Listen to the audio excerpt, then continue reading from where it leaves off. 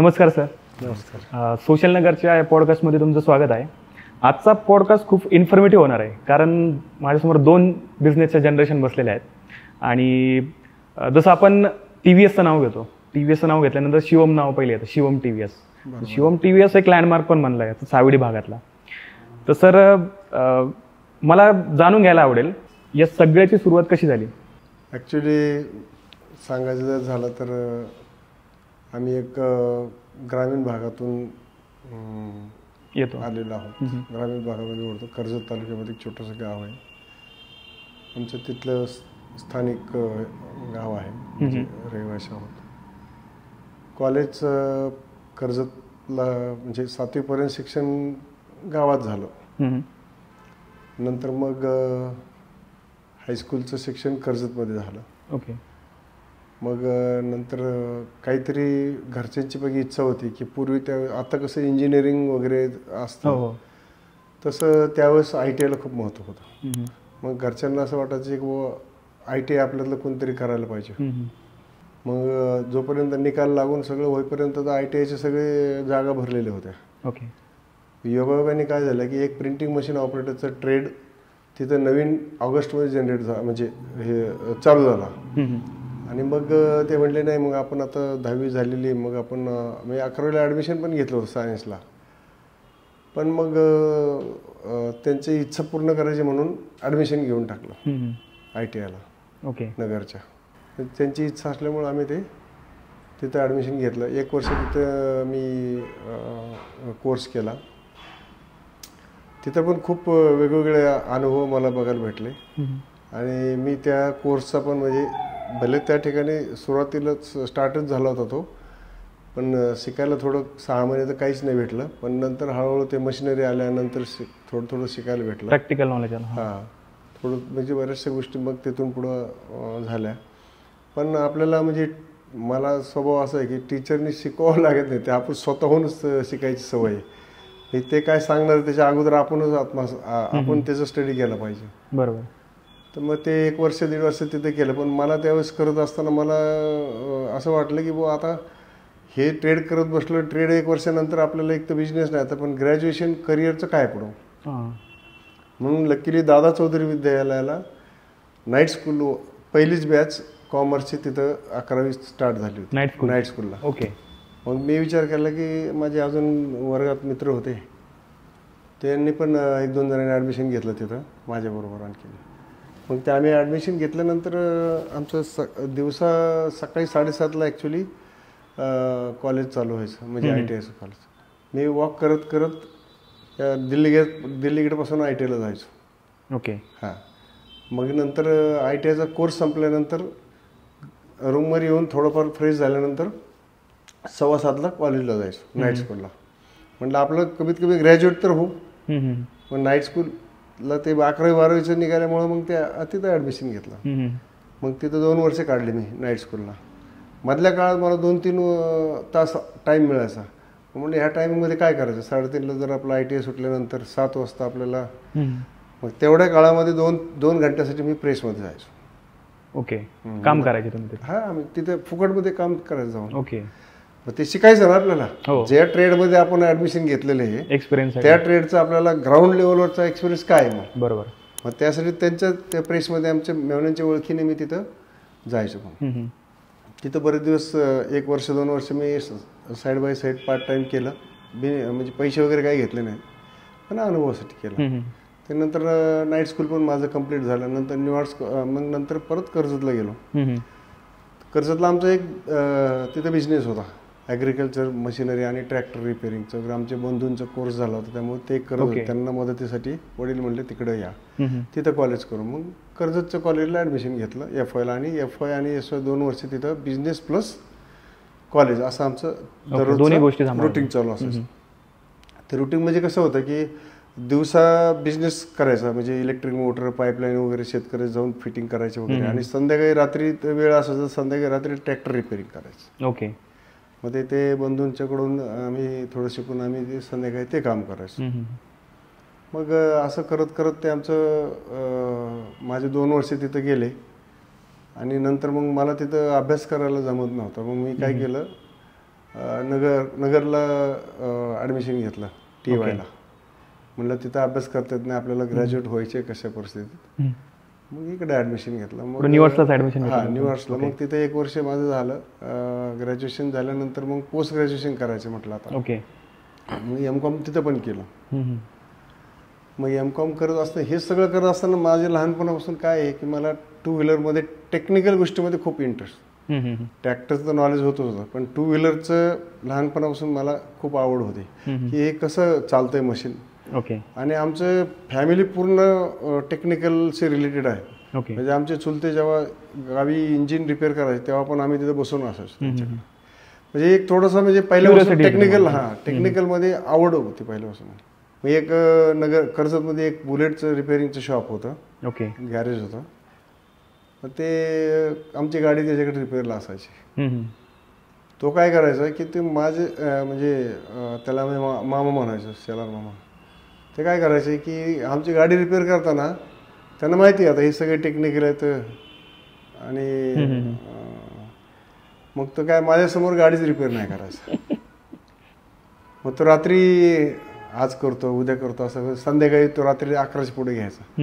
मी रात्री 11च्या पुढे जायचं त्याच्याकडे आणि तिथं जाऊन बसायचो.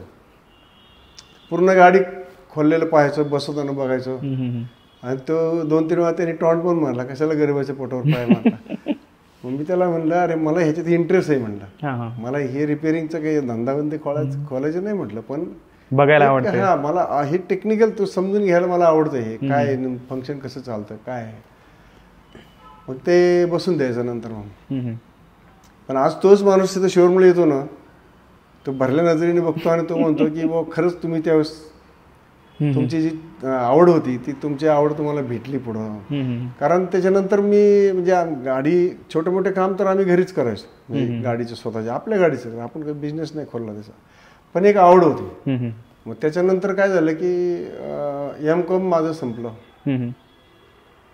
M.Com संपल्यानंतर आता काय करायचं पुढं.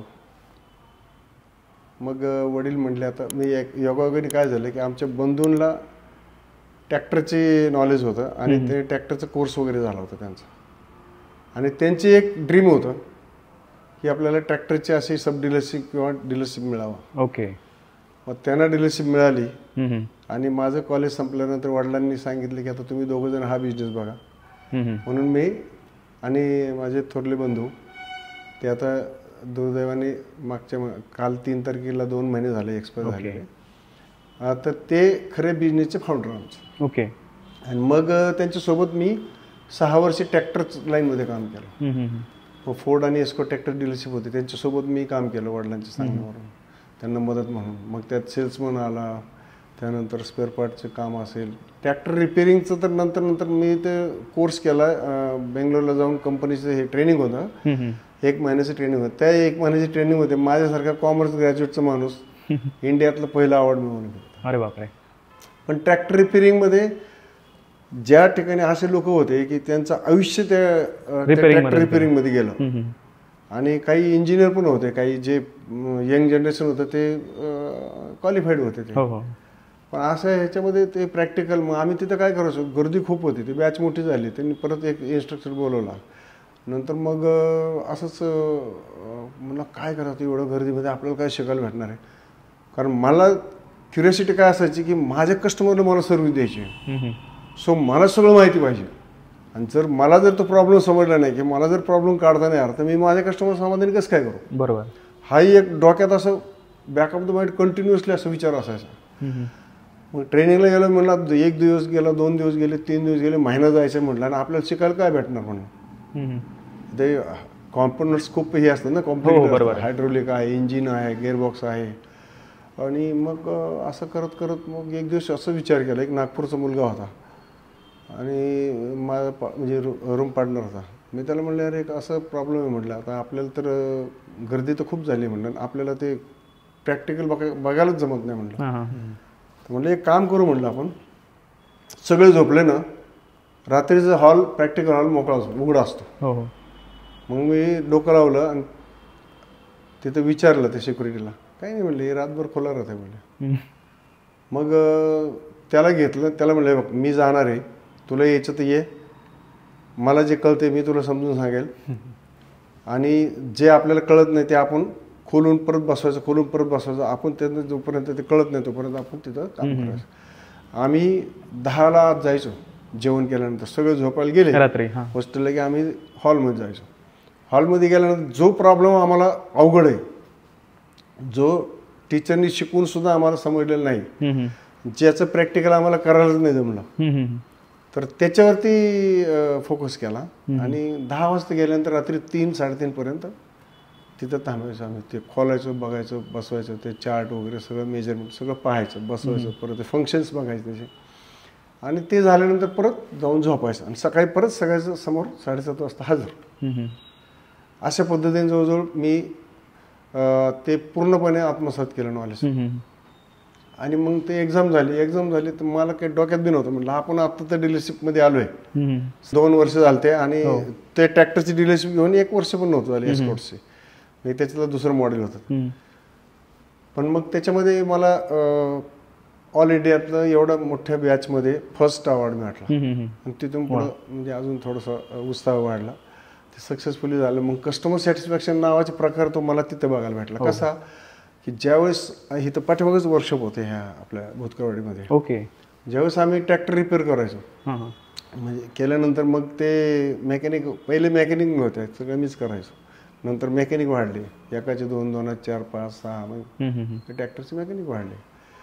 मग नंतर हे करत असताना मग ते ट्रॅक्टरचं काम केल्यानंतर ते लोक कस्टमर आप्पासाहेबांनी ट्रायल मारल्याशिवाय आम्ही घेऊनच नाही जाणार, असे हट्ट धरून बसायचे. मग मी काय करायचो, मग कारण त्यांचं समाधान महत्वाचं आहे ना. बरोबर आहे. त्यांची इच्छा काय, माझा हात लागावा. मग मी काय करायचो, त्यांचं ट्रॅक्टर एक राईड मारायचो आणि त्याच्यामध्ये काही ना काही फॉल्ट काढायचो. जसं क्वालिटी कंट्रोल म्हणतो ना. हो हो बरोबर. ते क्वालिटी कंट्रोल करायचं. आलं की मग मी ते परत माणसाला बोलवायचं, ब्रेक सेटिंग कर, हा कमी जास्त, असं करून त्याचं ते माझ्या मनासारखं, कस्टमरच्या मनासारखं तर नंतर कळणार आहे आपल्याला.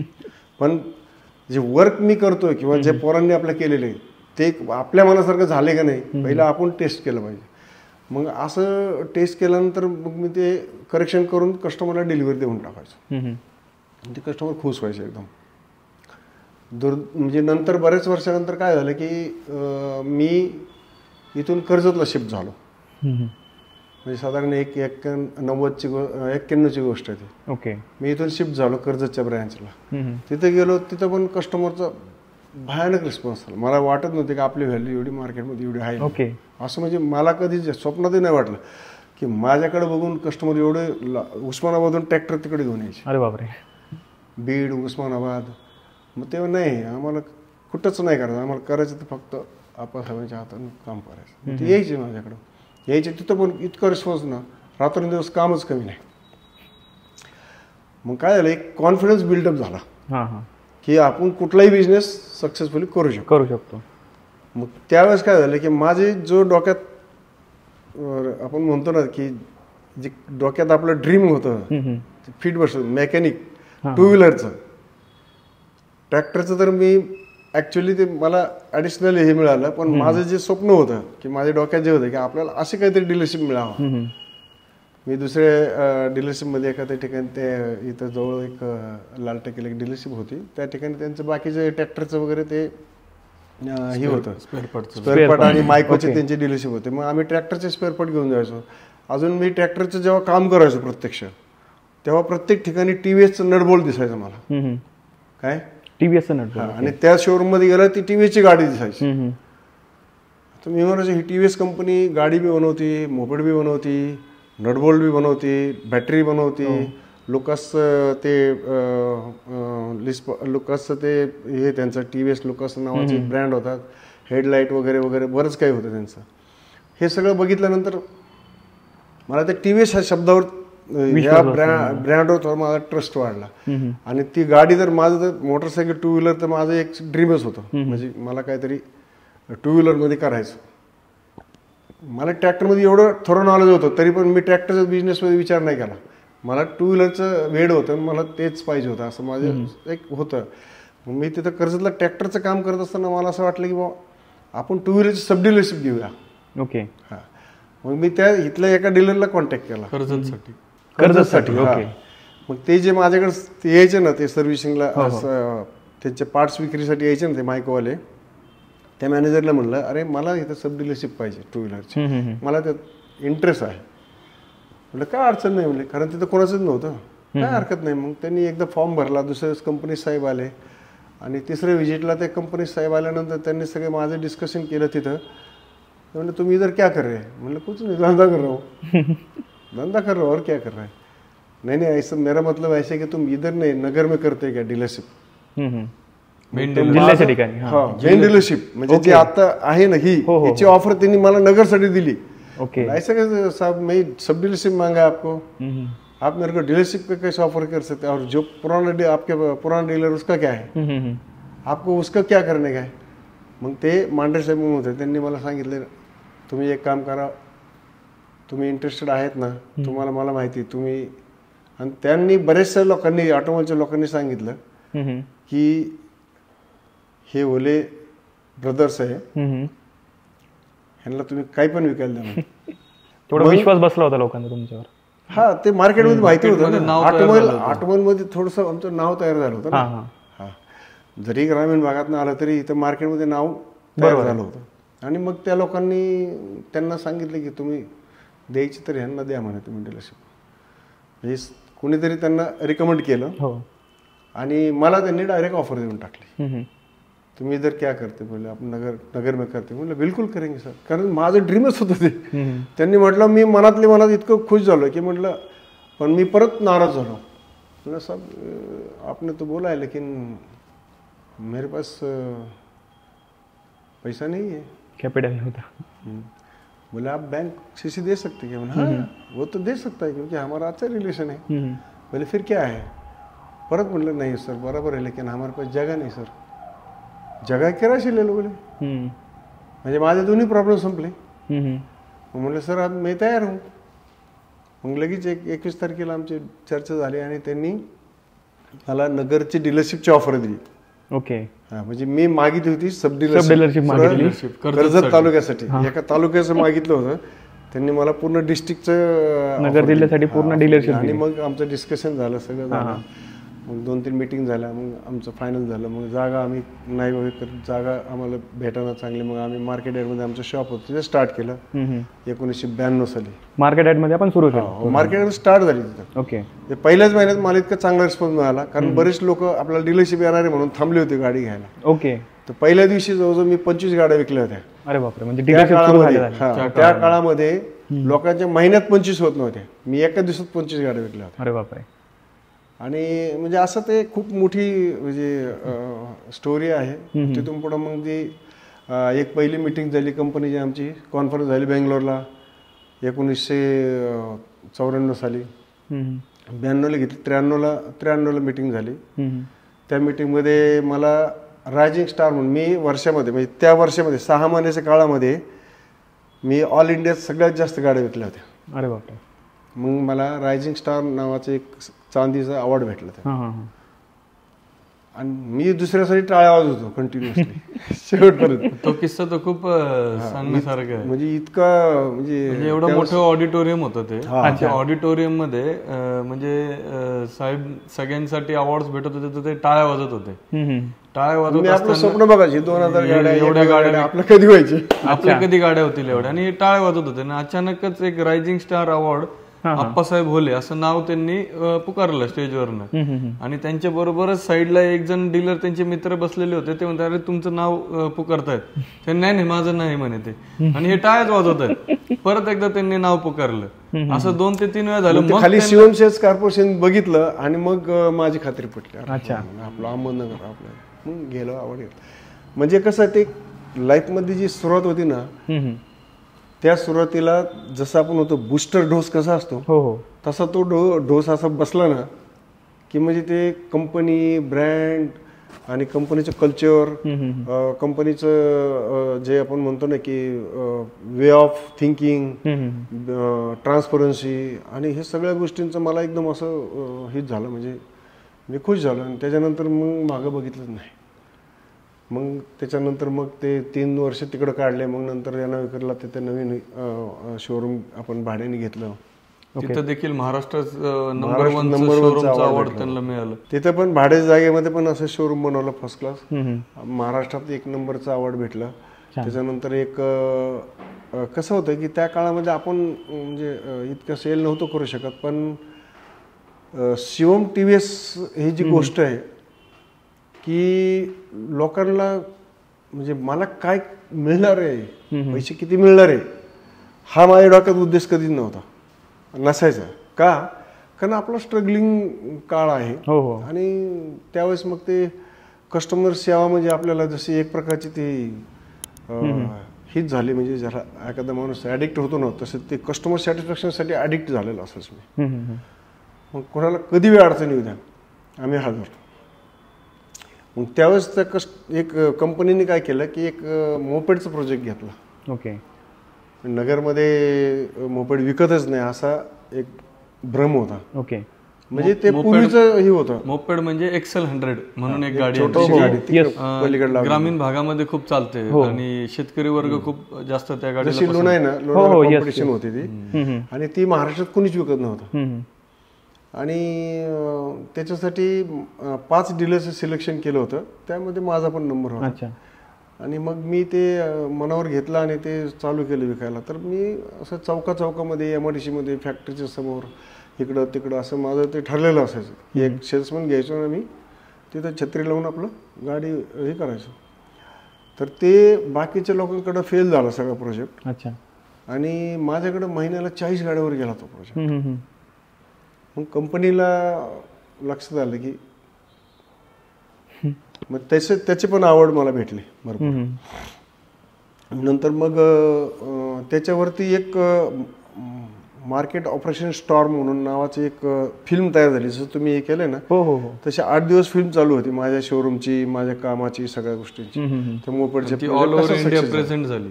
आणि ती मलेशियामध्ये जी कॉन्फरन्स होती, त्या कॉन्फरन्समध्ये जवळजवळ 25 मिनिटं फक्त शिवम TVS होती. त्या कॉन्फरन्सचं सगळं हे चाललं होतं रेकॉर्ड, म्हणजे ते प्रसारण चाललं होतं. ते असं ते हा घडत गेला आणि काम करण्याची कधीच लाज नाही वाटली आपल्याला.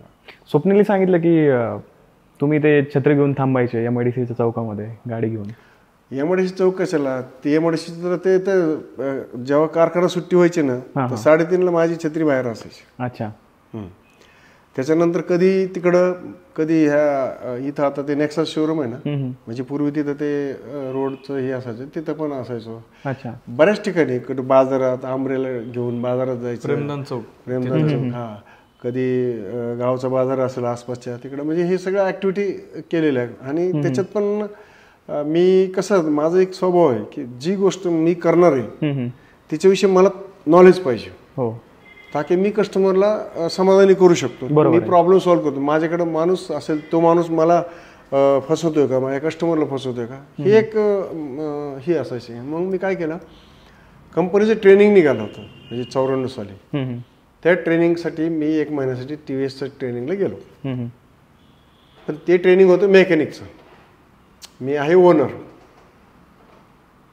आता माझं नाव देऊन टाकलं मी त्यांना. मी गेलो. शेवटच्या 2 दिवसापर्यंत त्यांना माहित नव्हतं की हे मालक आहे म्हणून. शेवटच्या आदल्या दिवशी 1-2 दिवस अगोदर इंजिनियर लोक तिथं ते डिस्कस करत होते टी टाइम मध्ये, फॅक्टरीमध्ये, ट्रेनिंग सेंटर. आणि त्यांना ते गाडीचा एक प्रॉब्लेम लक्षात येत नव्हता की बाबा हे किक मारल्यानंतर गाडी चालू होते, चालू झाल्यानंतर किक खाली केली की आवाज येतो. जसं आपण सायकलला हे मारतो आणि सायकलचं पैडल थांबतो, पण सायकल चालते तेव्हा ट्र आवाज येत राहतो. बरोबर. त्या आवाजावरती त्यांचं डिस्कशन चाललं होतं. बऱ्याच वेळ मी आपल्या साईडला बसून चहा पीत ऐकत होतो त्यांचं. मग ते त्यांना काय त्याचा प्रॉब्लेम लक्षात येईना. सगळं झाल्यावर मी आपलं नंतर हळूच म्हणलं, सर तुमची चर्चा चालली, मी सांगू घ्यायचं उत्तर काय ते. आता ती इंजिनियर, त्यांना थोडंसं इगो हार्ट झाला ना. मग ते म्हणले, तुम्ही कुठले? म्हणलं नगरचे. हा का, बरं, काय तुम्हाला काय माहिती आहे याच्याविषयी? म्हणलं साहेब असं असं त्याचं फंक्शन आहे, हे सोडल्यानंतर का बंद होतं आणि चालू खाली दाबल्यानंतर का चालू होतं. मग त्याला लक्षात आहे म्हणलं, मानलं पाहिजे, बरोबर आहे म्हणलं तुमचं. मग ते तसं झालं. त्याच्यानंतर ते पहिले प्रश्न विचारायचे लोकांना सगळ्या ह्याच्यामध्ये, पण तिथून पुढे 3 दिवस आहे ना मला कुठलाच प्रश्न विचारत नव्हते, तुम्ही सोडून सांगा म्हणायचे. म्हणजे एवढं तुम्हाला गाड्यांबद्दल माहिती झालं होतं? होतच, म्हणजे मी आता इथं तर कामच करत होतो. बरोबर आहे. कस्टमरची सेवा आम्ही इथं स्वतःच बघत होतो सगळ्या गोष्टी, आणि आपल्याला पहिलं बी माहिती होतं, मला बुलेटचं माहिती म्हणलं 2 स्ट्रोक तर काहीच अवघड नव्हती ना. ते असं ते करत गेलो. आपले नॉलेज, त्याचा फायदा कस्टमरला, त्याचा फायदा स्टाफला, त्याचा फायदा कंपनीला, मॅनेजमेंटला, सगळ्याला झाला. आणि कस्टमरला शिवम टीव्हीएस म्हणलं की शिवम टीव्हीएस एवढंच डोक्यात येईल लोकांच्या यायचं त्यावेळेस, काही झालं तर बाकी कुठलं नावच घेत नव्हते. आज बी आहे. आज तर आमचं सेकंड जनरेशन चालू झालं. ते डिजिटल मार्केटिंगमध्ये, ते सगळ्या गोष्टीमध्ये याच्यामध्ये अजून त्याच्याबद्दल भर पडली. परंतु हे असे किस्से खूप आहेत, खूप असे किस्से आहेत. एक तर किस्सा असा होता, असं ते तुम्हाला इथं रात्र पुरायची नाही. असं एक तर किस्सा आहे की ते टेक्निकल नॉलेजचं कसं, एक किस्सा असा आहे की मी ITला होतो आणि ती मशीन होती मोठी, ते HMT कंपनीची मशीन बेंगलोरहून आलेली होती. ओके. ऑफसेट मशीन होती, पेपर छापतो ना आपण, त्यावेळेस ती ऑफसेट मशीन असायची. तर ती मशीन बिघडली, आणि ती मशीन बिघडल्यावर तिचं माणूस यायचा म्हणे तिकडून असं तसं वगैरे, खूप दिवस ते बंद राहिले. म्हणलं सर आम्हाला अनुभव कधी मिळायचा? ते सरांना म्हणलं आम्ही इथं एवढं आमचं व्हॅल्युएबल टाइम, एज काय आहे, आम्ही इथं आलोय, आम्हाला हे शिकायला नाही भेटलं, तुमचं मशीन बिघडलं आणि त्याच्यासाठी. बरं ते मशीन चालू करून बघितलं, मशीन चालू व्हायची, पण ते मला तिथं कोणाला छेडून देत नव्हते. नाही ते कंपनीचे माणूस येणार कंपनी. एक दिवस काय झालं, साफसफाईचे साफ करायच्या निमित्ताने मी ते मशीन उघडलं. सर जरा चावी द्या म्हणलं, मी जरा क्लीन करून घेतो मशीन, जरा व्यवस्थित खाली कागद बिगद पडले, सही पडलेली, जरा क्लीन चकाचक करून घेतो. हो का, तू करतो का? म्हटलं करतो सर, द्या मला. त्यांनी दिलं, मशीनची चावी दिली, सगळं झालं. मी बघितलं, त्या आतमध्ये बघितलं, आत त्या मशीनमध्ये आत जाता यायची, एवढं मोठं मशीन. अरे बापरे. म्हणजे इथून कमीत कमी 10 फूट लांब, आणि जसं जनरेटर असतं ना, मोठं जनरेटर तसं असतं, साईडने सगळे लॉक असायचे. मग मी ते उघडून साफसफाई केली, आणि फक्त मला माहिती होते काहीतरी गडबड झालेली बघायची होती मला. ते मी बघितलं, तिथली एक स्प्रिंग तुटलेली होती, आणि ते स्प्रिंग तुटल्यामुळे तो आर्म उचलत नव्हता, आणि आर्म न उचलल्यामुळे ते फंक्शन त्याचे होत नव्हतं. ओके. मग असंच ते मला 6 महिन्यानंतर आमच्या बंधूची सायकल भेटली होती. मग 6 महिने मी सायकलवर जायचं नंतर. मग ते असंच मध्ये एक जण आडवं आलो, आणि मी सायकलची घंटी वाजवली. घंटी वाजवली की ते माझ्या डोक्यात प्रकाश पडला. म्हणलं घंटीत मध्ये जे स्प्रिंग आहे, ती स्प्रिंग त्या मशीनच्या जागेवर बरोबर बसणार आहे. ओके. मशीन मधला एक जो गॅप होता तिथं स्प्रिंग होते, आर्म उचलण्यासाठी एक स्प्रिंग असते, ते उचललं की परत ती जागा घेण्यासाठी स्प्रिंग असते. ती स्प्रिंग तुटलेली होती, ते मी बघितलंच होतं तुटलेली, ते साफ करताना. ते शोधलं कुठून फंक्शन कसं काय होत नाही ते, आणि ते माझ्या डोक्यात होतं. एक दिवस सकाळी 7:30ला ते स्प्रिंग, मग ते स्प्रिंग खोलली, ते घंटी खोलली, आणि ते स्प्रिंग खिशात टाकून गेलो आतमध्ये घेऊन. गेल्यानंतर सर म्हणलं चावी द्या, मशीन साफ करायची. अरे म्हणलं, ते म्हणलं परवा तर केली त्याने. म्हणलं आता अजून करतो, एकदा करतो म्हणलं, जर चांगलं म्हणजे. बरं ठीक आहे, घे म्हणलं कर. गेलं मी, हळू स्प्रिंग काढली, ती लावली, सगळं लॉक केलं, सगळं केलं, पेपर बिपर टाकले, मशीन चालू केली, आणि लगेच फंक्शन चालू. सगळे टाळ्या वाजवले. म्हणजे कसं काय चालू झाले? सरांनी विचारलं मला, आता वगैरे काय केलं तू? म्हटलं काय नाही सर, ती एक स्प्रिंग तुटली होती, ती माझ्या सायकलच्या घंटीतली काढून. तेव्हापासून त्या मशीनच्या सगळ्याच्या माझ्याच करा. ओके. सगळ्या अख्ख्या हॉलच्या जेव्हा माझ्याकडे. नवीन कुठली मशीन आली, नंतर ट्रेडर आले, ऑटोमॅटिक ट्रेडर मशीन आली, ते आर्मवाली ती आली, ती याच्या माझ्याकडे. फंक्शन सगळे मला विचारायचे काहीच नाही. सरांना कळत होते ते मला विचारायचे. म्हणजे असे अनेक किस्से आहेत. तसं गाडीच्या प्रॉब्लेममध्ये पण तेच आहे. कस्टमरला कसला प्रॉब्लेम आला तर कितीतरी वेळा मी पहाटे 5 वाजता जाऊन कस्टमरला अटेंड केलेले. ओके. एक कस्टमर असाच होता. याचा किस्सा खऱ्या अर्थाने मी सांगू शकतो, कारण की मी एके दिवशी शोरूम मध्ये होतो. माझ्या मते 4 ते 5 वर्ष आधीची गोष्ट. ओके. एक कस्टमर शोरूम मध्ये आले आणि मला विचारलं की साहेब नाहीत का सध्या? म्हणलं आहेत, थोडं बाहेर गेलेत, पण बोला ना काय मदत पाहिजे, काही नाही, असं तसं. मग म्हणे आलो होतो गाडी खाली सर्व्हिसिंगला घेऊन, आणि सहज साहेबांना भेटावं वाटलं म्हणून आलो. म्हणलं साहेब तर नाही येत, बोला ना सर, काही नाही येतो नंतर. म्हणलं बसा सर, चहा पाणी वगैरे. मी त्यांना विचारलं, सगळं आम्ही गप्पा मारत बसलो. आणि ते गप्पा मारता मारता त्या कस्टमरने मला त्यांचा एक जुना किस्सा सांगितला, इतका अतिशय उत्तम किस्सा, ज्याचं मी रेफरन्स किंवा ज्याचं मी म्हणतो ना आपण खरं आहे का नाही ते साहेबांना मी घरी आल्यावरती विचारलं. तर ते कस्टमर मला म्हटले की तुमचे वडील, माझी गाडी एकदा प्रॉब्लेमॅटिक होती, म्हणजे प्रॉब्लेम येत होता, शोरूममध्ये वगैरे आम्ही काम केलं होतं पण सॉल्व्ह नव्हतं होत. आणि तुमच्या वडिलांनी एके दिवशी मला रात्री 12 वाजता मी त्यांना फोन केला होता, ते 12 वाजता आले होते आणि त्यांनी मला गाडी चालू करून मग कट्टू मी परत मग साहेबांना घरी आल्यावरती विचारलं की मग असा एक प्रसंग घडला होता, साहेब म्हणजे एक कस्टमर आले होते, ते तुमच्याबद्दल सांगत होते आणि त्यांनी नवीन गाडीची पण एन्क्वायरी केली. म्हटलं काय प्रसंग होता?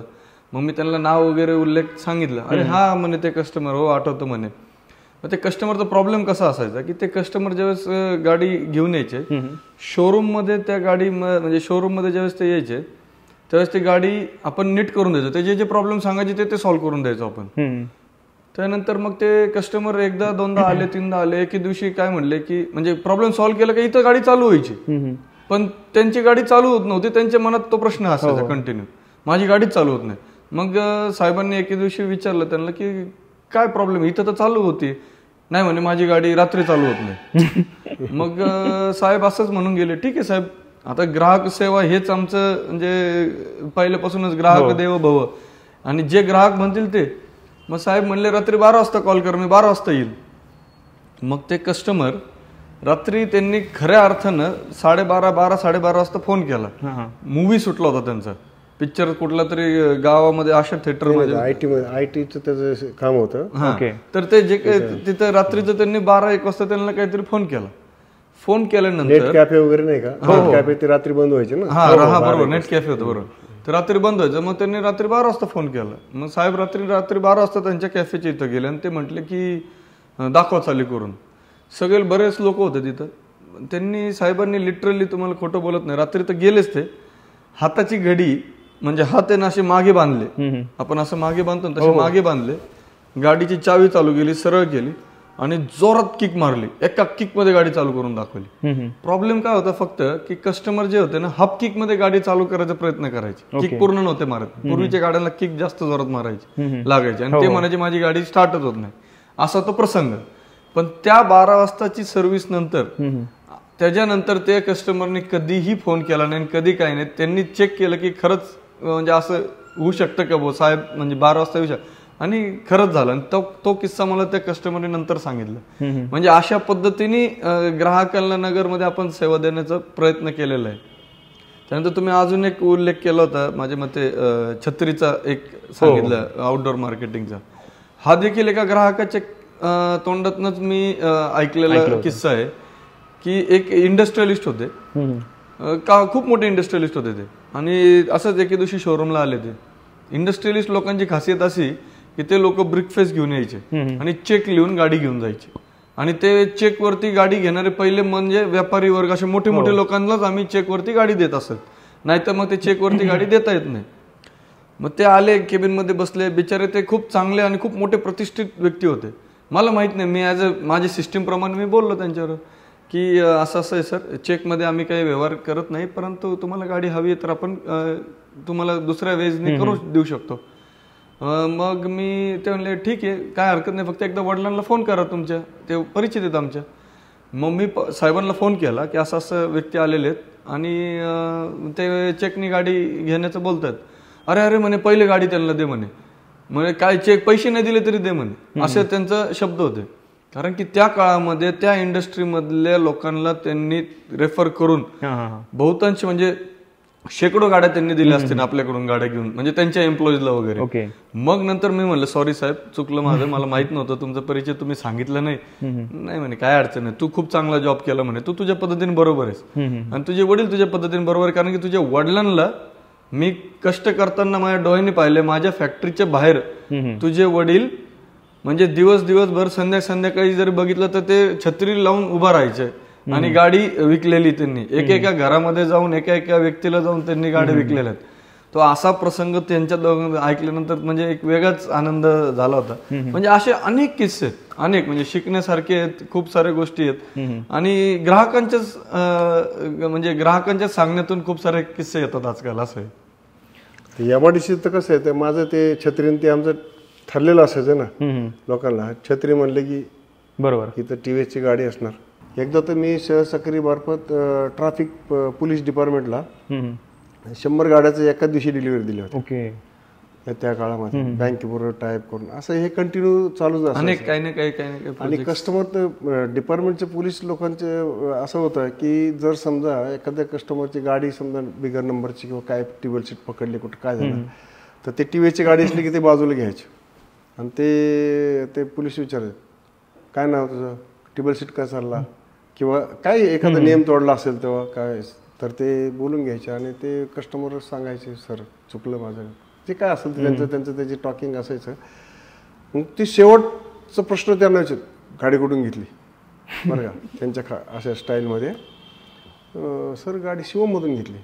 हो का, ठीक आहे आप्पासाहेबांना सांग मी गाडी सोडली म्हणून. ओके.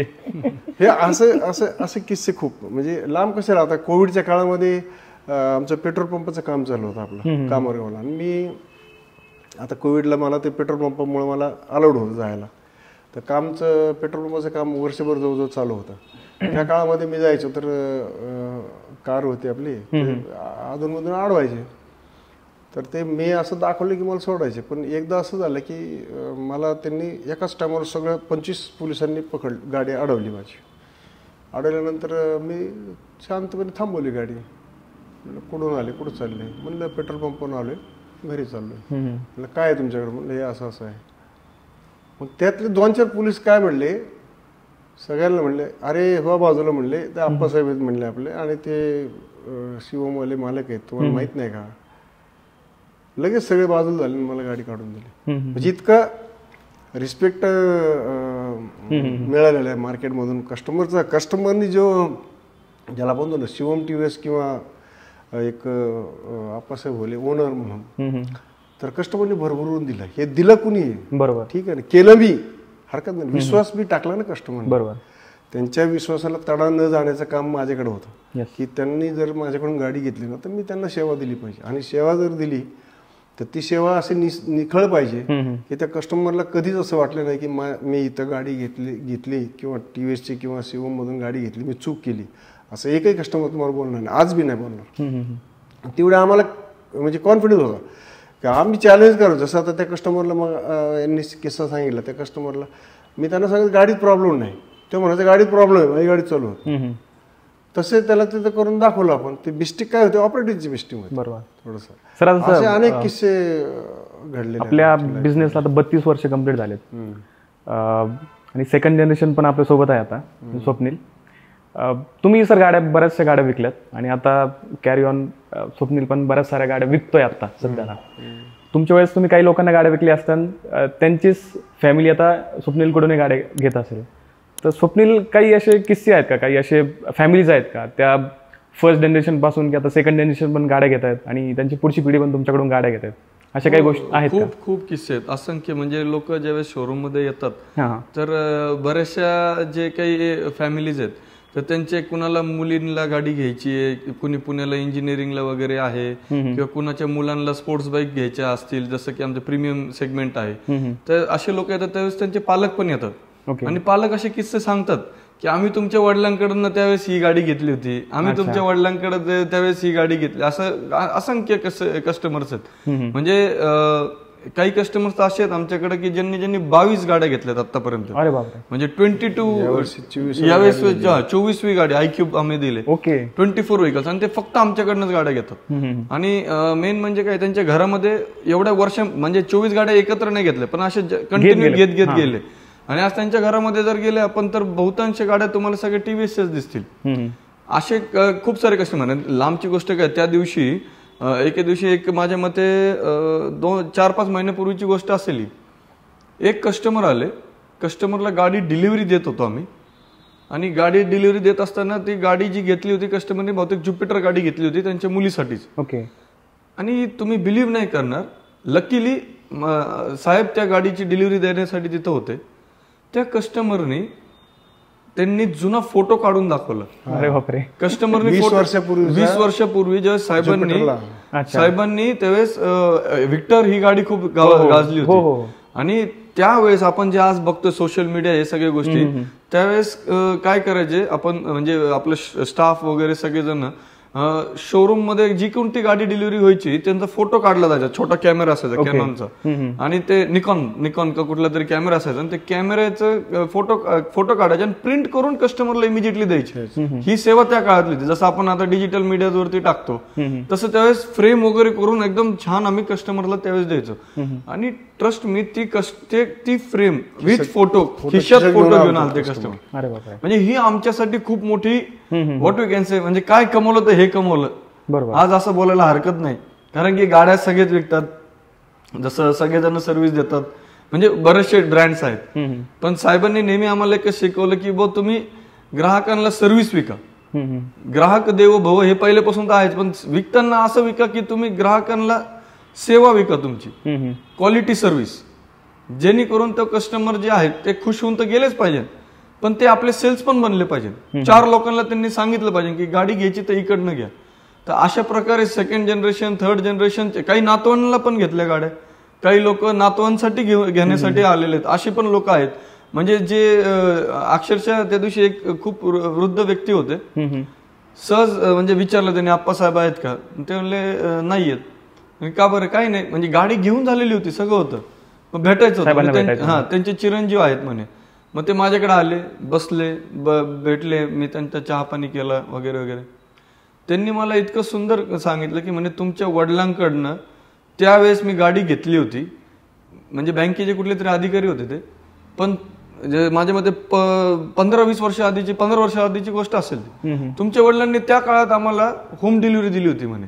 मला वेळ नव्हता म्हणून माझ्या बँकेत आणून गाडी डिलिव्हरी दिली होती म्हणे. आणि माझ्या बँकेच्या लोकांनी इतकं अप्रिशिएट केलं होतं की म्हणजे ह्या सर्व्हिसेस आहेत ज्या त्या काळात होत्या, ज्या आज आपल्यासाठी कॉमन आहे. होम डिलिव्हरी इज कॉमन, पण ते त्या काळामध्ये आपण डिलिव्हरी केलेले आहेत. त्याच्यामुळे आज एक खूप मोठा शिवम टीव्हीएसच्या अंडर एक ग्राहकांचा परिवार आहे. आणि जे अतिशय आम्हाला आनंद आहे.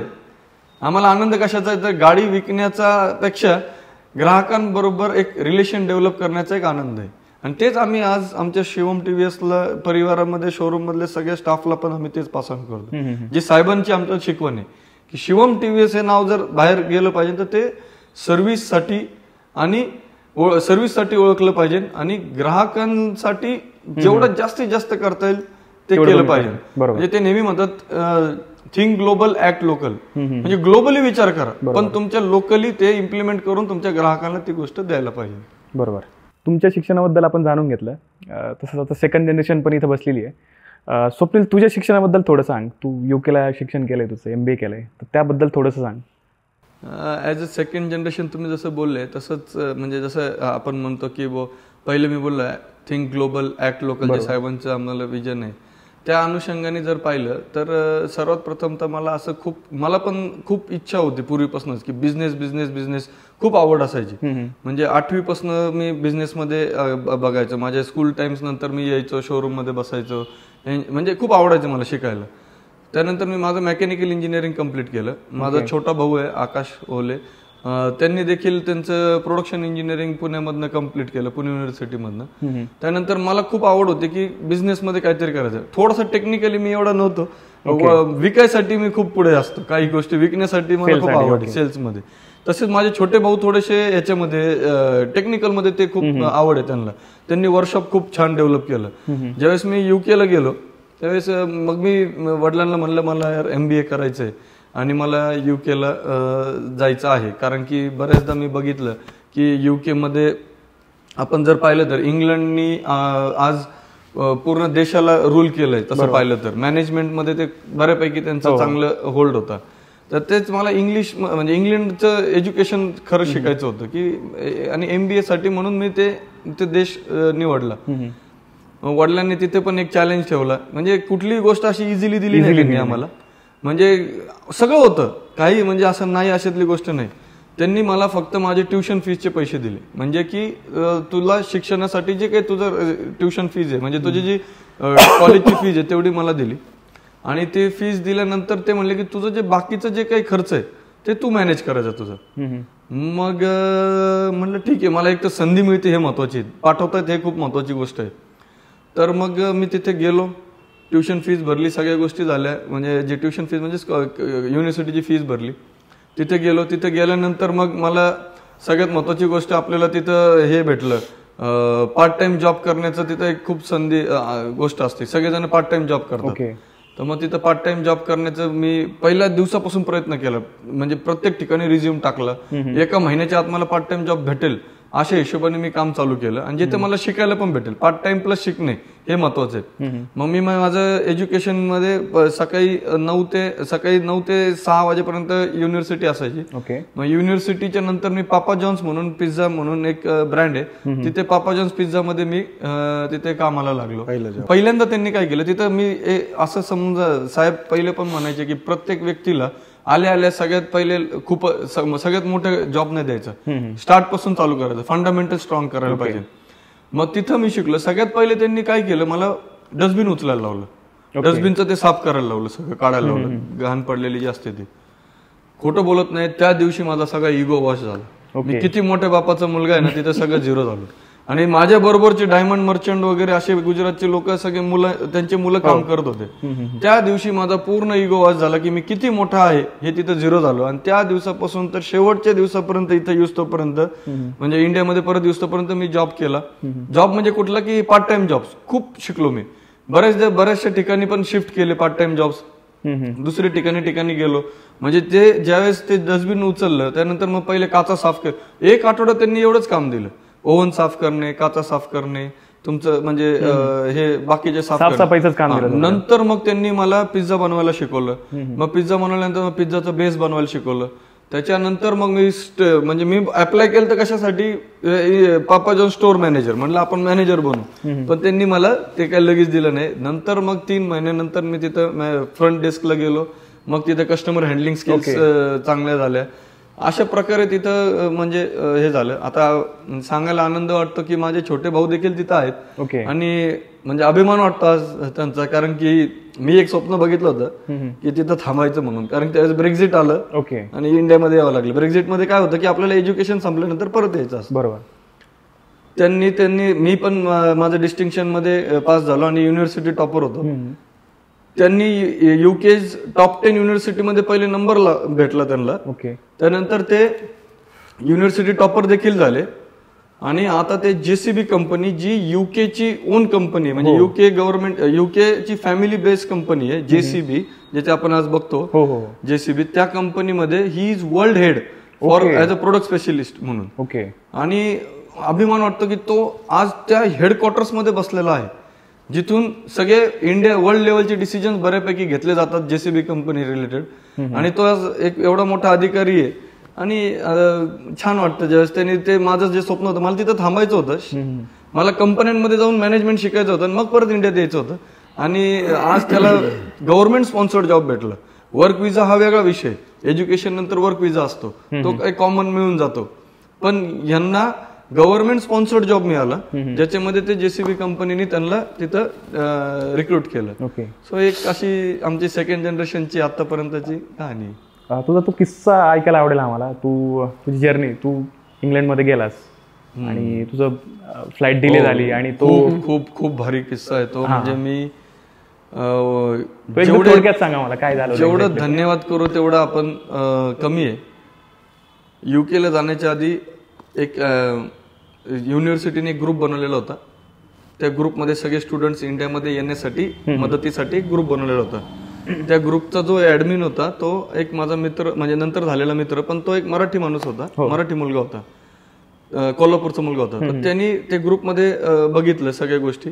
त्यांनी माझं नाव उचललं आणि तिथे लोकल लेस्टर मधला एक लोकल ग्रुप आहे, Emma, east Midland Marathi association. East Midland Marathi association. तर ते माझं नाव उचललं आणि त्या असोसिएशन मध्ये टाकलं, मराठी असोसिएशन मध्ये. त्या असोसिएशन मध्ये टाकल्यानंतर मग सगळेजण तिथं जे लेस्टरच्या आजूबाजूला लोक आहेत, जे मराठी लोक आहेत, ईस्ट मिडलँड मराठीमध्ये ईस्ट मिडलँड्स मध्ये जे मराठी लोक राहतात, तर त्यांचा तो ग्रुप होता. मग ही लोक काय करतात की इंडियामधनं त्यांच्या शहरातनं कोणी आलं तर मदत करायचा प्रयत्न करतात. तर त्या ग्रुपमध्ये मी टाकल्यानंतर मला इमिजिएटली एक मेसेज आला, अरे हाय, दिस इज XYZ, मी नाव नंतर सांगतो तुम्हाला, आणि मी नगरचा आहे आणि छान वाटलं तुझं, तू इथे येतोय वगैरे वगैरे. मग मी त्यांच्याशी माझं संभाषण चालू केलं. मी विचारलं युनिव्हर्सिटी कशी सर, काय वाटतं तुम्हाला, काय नाही. त्यांनी खूप छान गाईड केलं. कट्टू मी युकेला निघालो. इथनं निघालो, घरच्यांनी कुणीच नाही, म्हणजे पासपोर्ट काढल्यावरती सगळ्यात पहिले मी तिकडे गेलोय. म्हणजे मी कुठं फॉरेन कंट्रीला पण गेलो नव्हतो. मोठे मोठे 2 बॅग्स वगैरे सगळ्या गोष्टी घेऊन मी युकेला पोहोचलो. युकेला पोहोचल्यानंतर लंडनला पोहोचलो. लंडनवरनं लेस्टर 2-3 तास लांब होतं. आणि माझं जे अकोमोडेशन होतं हॉस्टेल, त्याचं मी बुकिंग ऑलरेडी केलेलं होतं. परंतु ते तिथं जाऊन पेमेंट करण्याचे टर्म्स कंडिशन्स होते. तर मी 4 वाजेचा पोहोचायच्या ऐवजी मी 6 वाजता पोहोचलो तिथल्या. पोहोचल्यानंतर तिथं ते अकोमोडेशन बंद झालं. इतकं स्ट्रिक्ट आहे ते कंट्री की तुम्ही किती कुणी येऊ ते काही उघडत नाही, काही करत नाही. बंद झालं. मी विचारतोय, मी प्लीड करतोय, प्रे करतोय त्यांना की बाबा मला प्लीज घ्या, माझं कुणी नाही इथं. असं काहीच नाही. हॉस्टेलने सोडून दिलं. मग त्याच्या समोरच एक हॉस्पिटल होतं, तिथं पोलीसचं हे होतं, स्टेशन होतं. तिथे गेलो, तिथे हेल्प मागितली. ते म्हणले इट इज युअर रिस्पॉन्सिबिलिटी, तुम्ही टायमिंगवर यायला पाहिजे नव्हतं वगैरे वगैरे. ते झालं. त्यांनी मदत नाही केली, काहीच नाही. मग ते पाऊंड म्हणजे आपल्याला 1 रुपया वाटायचा, पण ते पाऊंड म्हणजे 100 रुपये होते. मग मी ते 11 पाऊंड घातले टॅक्सीमध्ये. सगळे हॉटेल्स वगैरे शोधत गेलो, चांगल्या हॉटेलमध्ये गेलो. म्हणलं मला घ्या. हॉटेल्स पण बुक, कारण की प्रत्येक हॉटेल्समध्ये तिथं सिस्टीम अशी की बुकिंग जायचं, प्री बुकिंग, नथिंग एल्स. कुणीच मला मदत करत नव्हतं. मग नंतर मी युनिव्हर्सिटीला फोन केला. युनिव्हर्सिटी म्हणे की इट इज स्टुडंट्स रिस्पॉन्सिबिलिटी. त्या अँबॅसिडरला फोन केला, जो मराठी मुलगा होता, ज्यांनी तो देखील कुठेतरी बाहेर होता. मग नंतर मला आठवलं की मी एक कनेक्शन बनवलेलं होतं, जे XYZ माणसाबरोबर मी जे कनेक्शन बनवलेलं होतं. मग त्यांना मी मेसेज केला आणि एक फोन केला, व्हॉट्सअप कॉल केला. म्हणलं सर मी असं अडचणीत आहे, तर मला प्लीज काही मदत करता येईल का. म्हणजे तू कुठे आहे. म्हणलं असं रॉयल एन्फिल्ड हॉस्पिटल आहे, तिथं मी आहे, माझ्या हॉस्टेलच्या समोरच आहे, तिथं मी थांबलेलो आहे. माझ्या हातात 2-3 बॅग्स आहेत आणि फक्त 1 रात्र काढायची सर. म्हणलं काही मदत करता येईल तर बघा. ट्रस्ट मी, ते व्यक्तीचं नाव होतं डॉक्टर कौस्तुभ निसाळ. आपल्या नगरचे जयंत निसाळ म्हणून खूप मोठे डॉक्टर होते आमचे, म्हणजे कोर्टापाशी त्यांचं हॉस्पिटल होतं. त्यांचा मुलगा ते. आणि युके मध्ये एकदम वेल सेटल्ड कन्सल्टंट आहे. NHS मध्ये, नॅशनल हेल्थ सर्व्हिसेस जे म्हणतो आपण, जे गव्हर्नमेंटचं हॉस्पिटल्स असतात, त्याच्यामध्ये ते खूप मोठे डॉक्टर आहेत आता तिथे. त्यांना ते व्यक्ती होते, त्यांना फोन केला मी, सर असं आहे. त्यांनी मला त्यांचं घराचा ऍड्रेस दिला. मी टॅक्सी करून त्यांच्या घरी गेलो. त्यांच्या घरी गेल्यानंतर बघितलं एवढं मोठं मॅन्शन, एवढं मोठं बाहेर एकदम म्हणजे छान, आपण ज्या ब्रँड्सला इंडियामध्ये मोठं बघतो त्या ब्रँडच्या गाड्या त्यांच्या घरासमोर लागलेल्या. आणि घरात गेलो, इतकं सुंदर घरात, म्हणजे मराठी घरासारखं त्यांनी घर ठेवलेलं. आणि इतकं म्हणजे त्यांनी 1 रात्र तिथं मी काढली. सकाळी ते स्वतः त्यांच्या कारमध्ये त्यांनी मला माझ्या युनिव्हर्सिटीमध्ये आले, माझ्या अकोमोडेशन मध्ये मला त्यांनी सेटल केलं.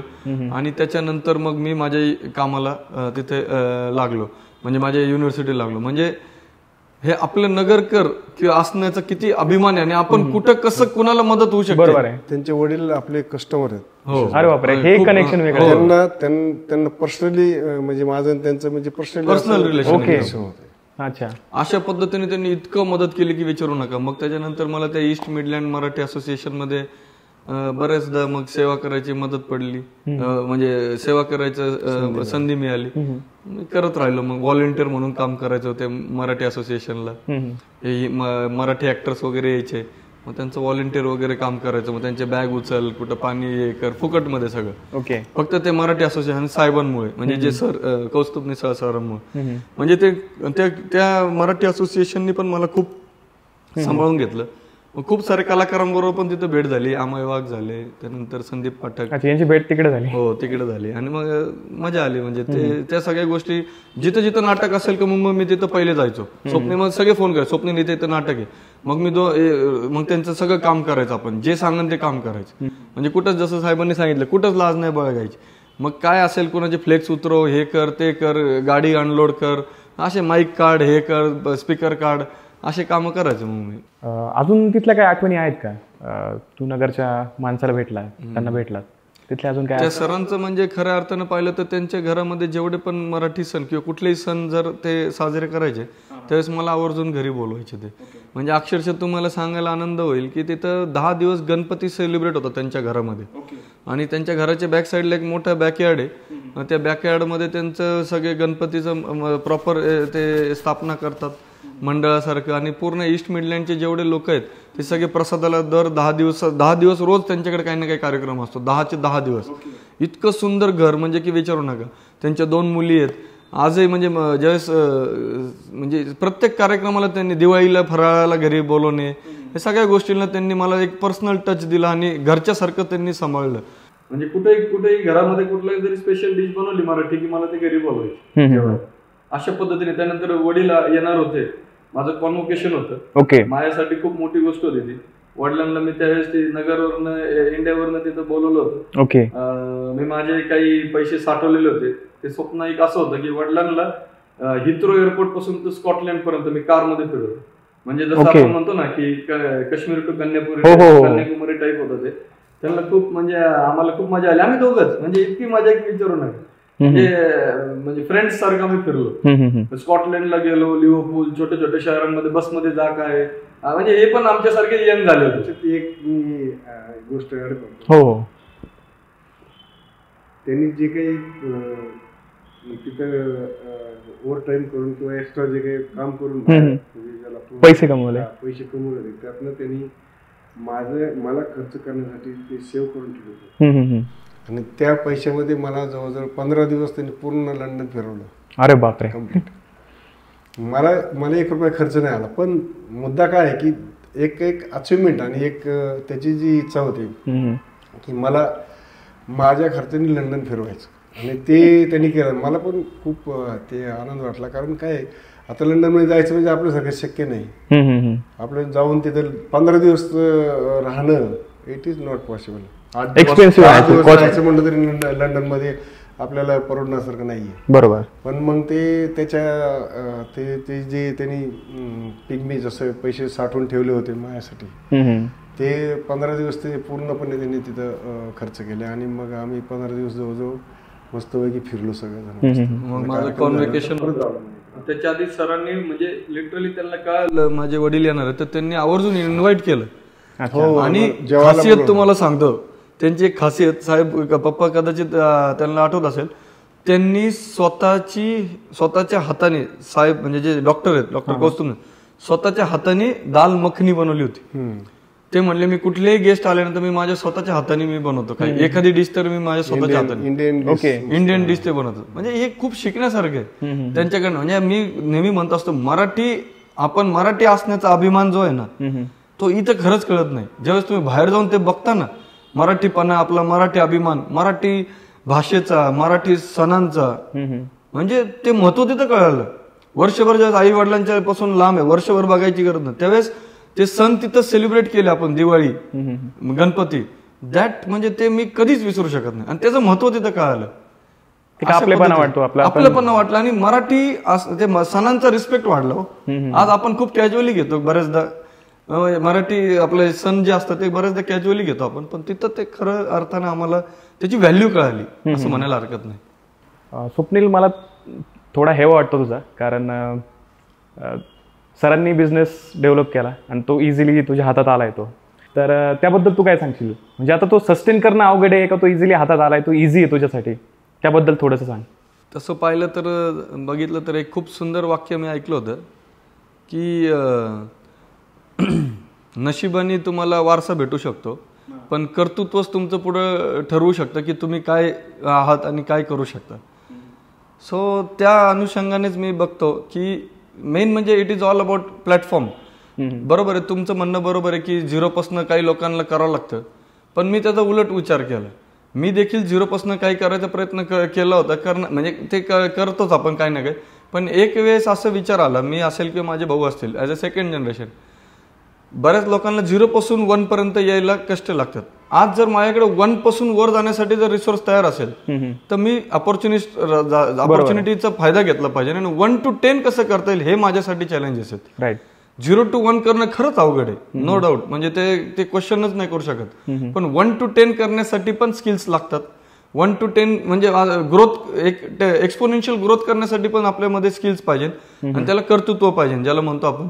तुम्हाला खऱ्या अर्थानं जर पाहिलं तर ते हे सगळ्या गोष्टी, एज्युकेशन जे घेतलं आम्ही किंवा जे म्हणजे साहेबांनी नेहमी सांगितलेलं की पहिले फर्स्ट एज्युकेशन महत्वाचं.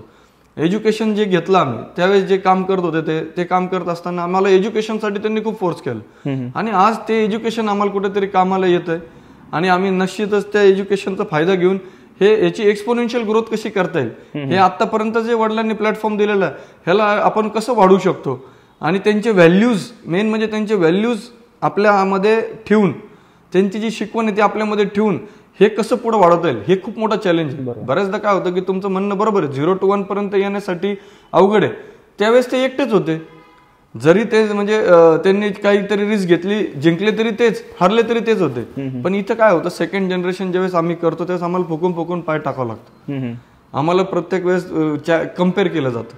As a second generation compare केलं, तुमचे वडील असे होते, तुम्ही असे आहेत, असं होतं. एक्सपिरियन्स बघितलेले आहेत मी. बरेचसे लोक आज टचवूड पण कौतुक करतात की तुम्ही ऍज अ सेकंड जनरेशन पण तुम्ही तुमच्या वडिलांचे व्हॅल्यूज जपत आहात, ग्राहक सेवाचे जे काय आहे ते. पण ह्या सगळ्या गोष्टी जे आहेत हे खूप महत्वाचं आहे.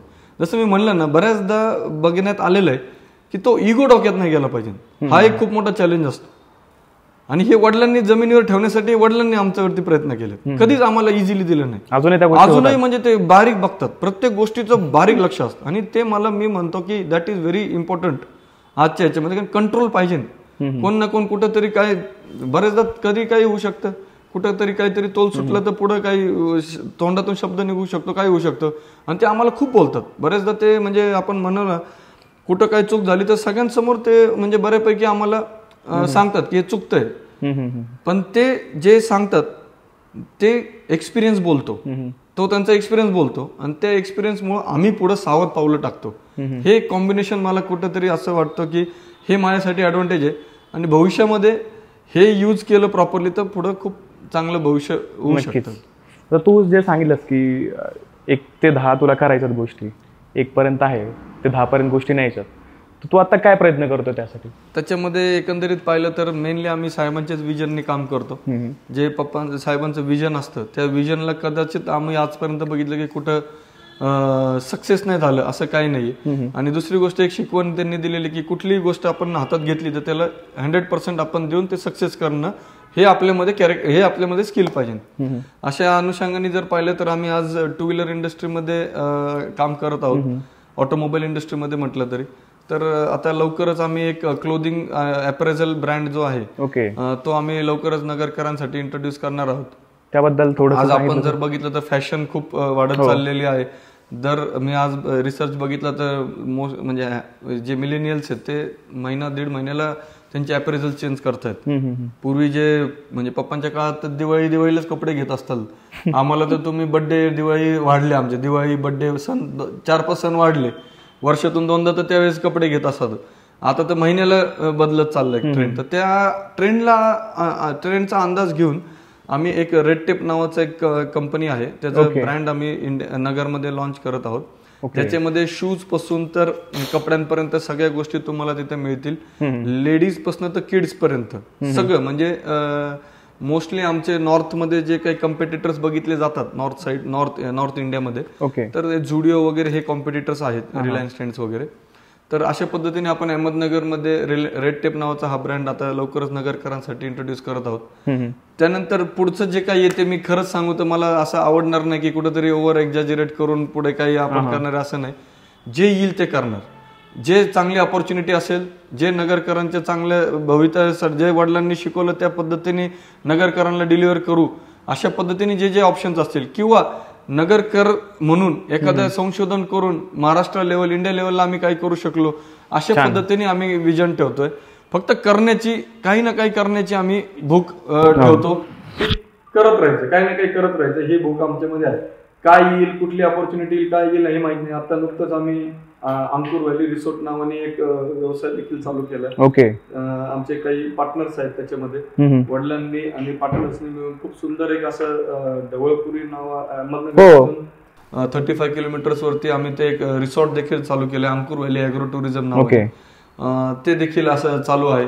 सेकंड जनरेशन मध्ये बऱ्याच गोष्टींची भर पडली असं म्हणू शकतो आपण. हो, आता करायचं अजून कसं काय फास्ट, अजून कुठं काय वाढवत. नगरकरांना काय देता येईल तेवढं द्यायचंय. बरोबर. कारण नगरकरांनी विश्वास टाकला. आमच्यापेक्षा जास्त नगर तुम्ही पाहिले. तेच ना, मी तर गल्लीबोळ पाहिली, नगर सर्व्हिसला पाहिली, सेल्सला पाहिली, कशाला म्हणजे सगळ्या गोष्टीत मी मार्केटिंगला पाहिली आणि मला अभिमान वाटतो की मी नगरकर असण्याचा. वा. कारण काय माहिती का, कारण TVSनी जरी मला डीलरशिप दिली, TVSची क्वालिटी, माझी सर्व्हिस आणि नगरकरांचा विश्वास, बरोबर, ह्या सगळ्याच्या जोरावर आपण ह्या लेवलपर्यंत येऊ शकलो. आणि TVSची क्वालिटी भयानक आहे, म्हणजे इतकी सुंदर क्वालिटी की आज तुम्ही बघा इंडियन कंपनी म्हणजे आपण प्राऊड केलं पाहिजे कंपनीच्या बाबतीत की जी भारतातच संशोधन, भारतीय इंजिनियर लोकांनी एक मोपेड पहिली तयार केली. त्यांचं स्वप्न होतं. आमच्या जे काही आमचे MD आहेत सध्याचे चेअरमन CMD, त्यांचं एक स्वप्न होतं की त्यांचं नाही, त्यांच्या आजोबांचं स्वप्न होतं ओके की भारतामध्ये हे कायनेटिक लोन ती पण कोलॅबोरेशन होती, पण तशी आपल्या इंडियन का बनवत नाही, आपली इंजिनियर लोकांकडून बनली पाहिजे. मग ते संशोधन केलं, ती गाडी बनवली त्यांनी, ती गेली 1900 TVSचं म्हणजे एस्टॅब्लिशमेंट डेट आहे ते 1911 साली. ओके. म्हणजे TVSला एवढे वर्ष झाले मार्केटमध्ये, स्वातंत्र्याच्या आधीच्या काळापासून. त्याच्यानंतर ते मग मोपेडचं मग परत ते मोटरसायकल आली, मोटरसायकलचे मग स्कूटर आली, स्कूटरचे मग पॉवर बाईक आल्या, अपाचे आली, त्याच्यानंतर मग ज्युपिटर आली, ई बाईक पण आहे. आज आनंदाची गोष्ट अशी आहे की BMW सारख्या कंपनीच्या गाड्या TVS मोटर कंपनीच्या प्लांट मध्ये बनतात आणि वर्ल्ड वाईड जातात. म्हणजे हे अभिमानाची गोष्ट आहे की BMW सारख्या कंपनीने क्वालिटीसाठी पार्टनरशिप जर कोणाची केली असेल इंडियामध्ये तर TVS मोटर कंपनी. त्याला टेक्नॉलॉजी BMWला बऱ्याच कंपन्यांची ऑफर होती, पण BMWने TVSचं जे काही सिलेक्ट केलं, कंपनीचं जे काही इन्फ्रास्ट्रक्चर आहे, क्वालिटी, हे सगळं ते त्यांचं जे काही पॅरामीटर्स आहेत त्या पॅरामीटर्समध्ये त्यांचे सगळे तिथं जवळजवळ 2 वर्ष सर्वे चालला होता त्यांचा. प्रत्येक गोष्टीचं बारकाईने ते लक्ष, फॅक्टरीमध्ये काय काय इक्विपमेंट आहेत, कसं आहेत, मॅनपॉवर काय, कंपनीचं कल्चर कसं आहे, कंपनीची सिस्टीम प्रोसिजर कशी, सगळ्यांचा स्टडी करून मग ते BMWने TVSला ती संधी दिली. आणि ते आज अशी परिस्थिती की फॉरेनमध्ये लोकांची अशी इच्छा असते की जी TVS मध्ये बनती ती BMW खरेदी करायची. ओके. ट्रेंड कसं झालं माहिती का की जी क्वालिटी वर्ल्डमध्ये, जी क्वालिटी वर्ल्डमध्ये मॅन्युफॅक्चर पहिली होत होती ती नाहीये, तिच्यापेक्षा जास्त चांगली क्वालिटी आपल्याकडून. बरोबर. आणि हे TVSचे मी तर मला म्हणजे TVSचं खूप मी मनापासून आभार मानेन.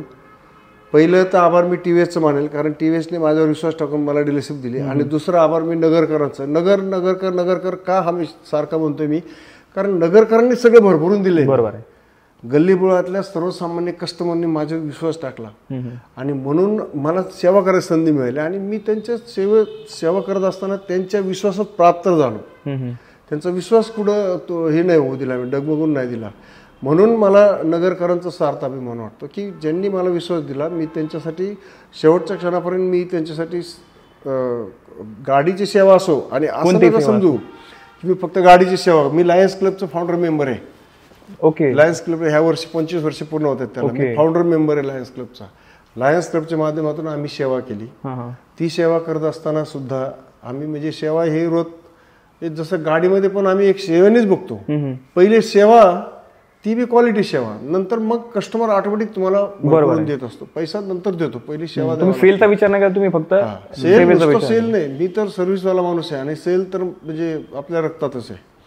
ते दोन्ही गोष्टी कुठं म्हणजे हे कमी नाही पडून दिला कस्टमरला. त्यानंतर कंपनीने मला एवढं भरभरून दिलं की कंपनीने मी 6 वर्ष म्हणजे 2 टर्म 3-3 वर्षाचा मी कंपनीच्या ऑल इंडियामधून फक्त प्रत्येक स्टेटमधून एक व्यक्ती निवडला होता, एक डीलर. ओके. त्याच्या बॉडीवरती मी 6 वर्ष काम केलंय. अरे बापरे. ती फक्त कशी असते, क्वालिटी, कस्टमर सर्व्हिस, याच्यासाठी काही इम्प्रुव्हमेंट करायचं असेल तर ते डीलरच्या म्हणजे ग्राउंड लेवलवर कोण काम करतं, डीलर काम करतात. डीलर आणि management direct chairman, vice chairman असतील, त्यावेळेस GM असतील, क्वालिटी व्हाईस प्रेसिडेंट, प्रोडक्शन असेल, पार्ट्स असेल, सगळ्यांच्या सोबत मिटिंग, 2 दिवस मिटिंग असते. आणि मग आम्ही त्या मिटिंगमध्ये गेल्यानंतर आमचं सगळं जे काही इम्प्रुव्हमेंटच्या सगळ्या गोष्टी, सजेशन्स वगैरे ते शेअर करतो. अशा ह्याच्यावरती कंपनीने आपल्याला एक सर्वसामान्य डीलरमधून एवढ्या टॉप लेवलवर कंपनीने मला म्हणजे हे केलं, म्हणजे संधी बी दिली आणि माझं तेवढं माझ्यातलं गुण बघून किंवा आमचे जे काही डिव्होशन आमचं डिव्होशन जे आहे हे बघून त्यांनी आम्हाला संधी पण दिली. त्याच्यात आम्ही कंपनीला पण खूप हे गेलं, इनडायरेक्टली खूप मदत केली. क्वालिटी सुधारण्यासाठी डीलरची खूप महत्वाची हे असते की रूट लेवल पासून हे देणं म्हणजे सजेशन असं देऊन कंपनी त्याच्या बदल्यात कंपनीने मला खूप काही म्हणजे अवॉर्ड्सचं किती अवॉर्ड असतात तर मला सांगता येणार नाही. वर्षात 2-4 अवॉर्ड तर असे असतात आमचे. सर्व्हिसचा अवॉर्ड असेल, पार्टचा अवॉर्ड असेल, त्याच्यानंतर तुमचे सेल्सचे अवॉर्ड असेल, क्वालिटी असेल, NPS असेल. म्हणजे एकदा तर ते NPS असं आमचं एक हे असतं, त्याच्यात वॉल स्टोरी नावाचा प्रकार असतो. आणि NPS असं असतं की कस्टमर सॅटिस्फॅक्शन, कस्टमर त्याची एक नेट प्रमोशन.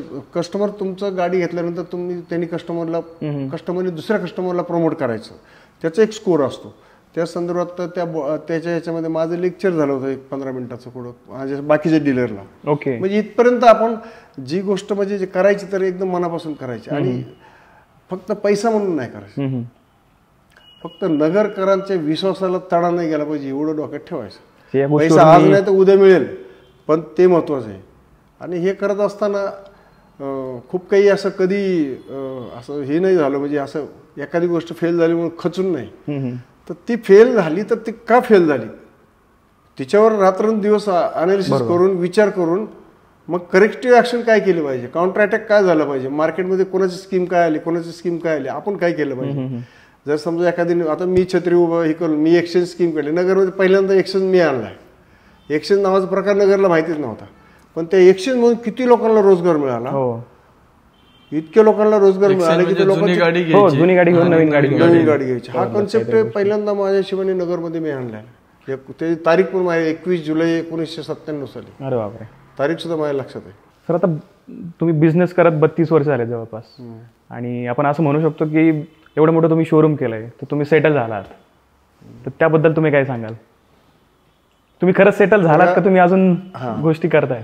कसं असतं बघा, बिझनेसमध्ये माणूस कधी रिटायर होत नाही. ओके. नंबर 1. नंबर 2, बिझनेसवाल्या माणसाला रिटायर म्हणजे होता बी येत नाही. कारण की बिझनेस असं एक आपल्या ह्याला लागलेलं एक रोजचं रुटीन असं बसलेलं असतं आणि तो माणूस रोज वेगळे चॅलेंजेस असतात आणि तुम्ही जेवढं कराल तेवढं कमीच असतं. तुमच्याकडे जर बिझनेस माइंड असेल ना तर तुम्हाला ते कुठेही थांबवता येत नाही. आणि बिझनेसमध्ये माणूस रिइन्व्हेस्ट ज्याला म्हणतो ना, रिसायकल मनी, रिइन्व्हेस्ट मनी, बरोबर आहे. तुम्ही जेवढं कमवता त्याचं रिइन्व्हेस्ट करत चाललं पाहिजे, एका जागी थांबलं नाही पाहिजे कधीच. सेटल होत नाही. सेटल झालं असं म्हणूच शकत नाही, कारण ह्याच्यानंतर बघा कंपनी पण एका जागेवर थांबत नाही. बरोबर. कंपनी नवीन मॉडेल आणते, परत नवीन नवीन ते ॲडिशनल कंटिन्यू रोज चॅलेंजिंग आहे बिझनेस. तुम्ही सेटल म्हणूच नका त्याला. Business is every day it is challenging for you. असं ऑटोमेशनवर बिझनेस गेलाय की ऑटोमेशनवर जरी गेला तरी काय होतं की माझ्यासारखा माणूस आहे घरी शांत बसू शकत नाही. मी लगेच काय करतो, दुसरा काहीतरी बघतो. आता ह्या बिझनेसवर थांबलो नाही मी. एका वेळेस नगरची डीलरशिप झाला, मी शिरूरची डीलरशिप घेतली. शिरूरला डीलरशिप आपली ती आता तिला जवळजवळ 12-15 वर्ष होत आले. आणि किती डीलरशिप आहेत सर आपल्या? सब डीलरशिप माझी आता सब डीलरशिप माझ्या अंडर 5 आहेत.